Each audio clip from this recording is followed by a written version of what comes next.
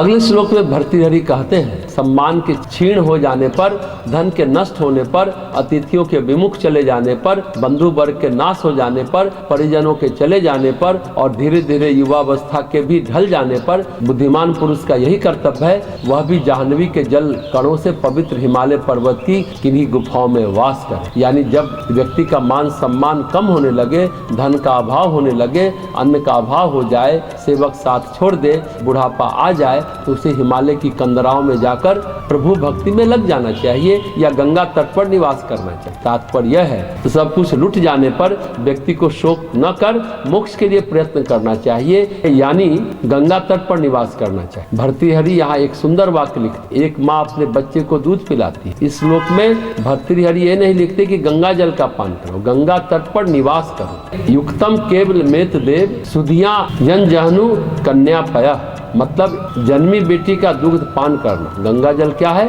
भर्तृहरि कहते हैं, गंगा जल माता गंगा के आंचल से ढलकने वाला दूध है जो अपने बच्चे को वह देती। कितना सुंदर भाव है। अगले श्लोक में राजा भर्तृहरि अपने मन में झांकने की बात कर रहे हैं। अरे हृदय, तू प्रतिदिन अनेकों प्रकार से दूसरों की आराधना कर, अत्यंत प्रयास से मिलने वाले अनुग्रह को प्राप्त करने के लिए क्यों प्रवृत्त हो रहा है? तू जब अंतर्मुख होकर अपने स्थान में स्थित रहेगा तो बिना प्रयत्न के ही समस्त अभिष्ट वस्तुओं को देने वाली चिंतामणि का स्वयं तेरे में उदय होगा। तो क्या उस समय तेरी अभिलाषा पूर्ण न कर सकेगा? हे मन, तू दिन प्रतिदिन दूसरों के दिल को अनेक प्रकार से प्रसन्न करने का प्रयास क्यों कर रहा है? अपने भीतर झांकने की कोशिश क्यों नहीं करता?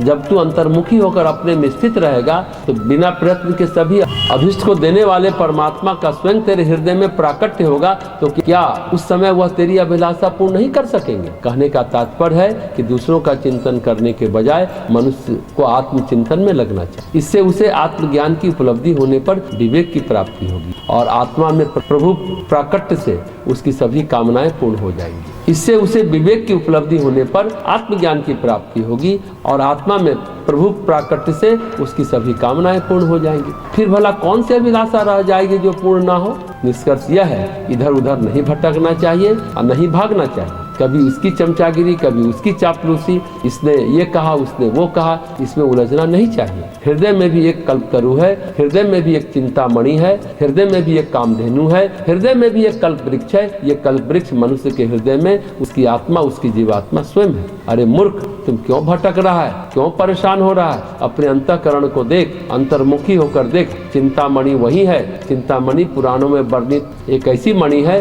जो स्वयं प्रकाशित होती है, तीव्र प्रकाश होता है। चिंता करने पर यानी सोचने पर, चिंता करने का मतलब सोचना, तो सोचने पर जो सोचा जाए उसी को वह पूरा कर देती है। तो भर्तृहरि कहते हैं, तेरे हृदय में तो चिंतामणि है, बिना प्रयत्न के सभी अभिष्ट वस्तु वो चिंतामणि प्राप्त करा देगी। तू परेशान क्यों होता है? क्यों भाग रहा है?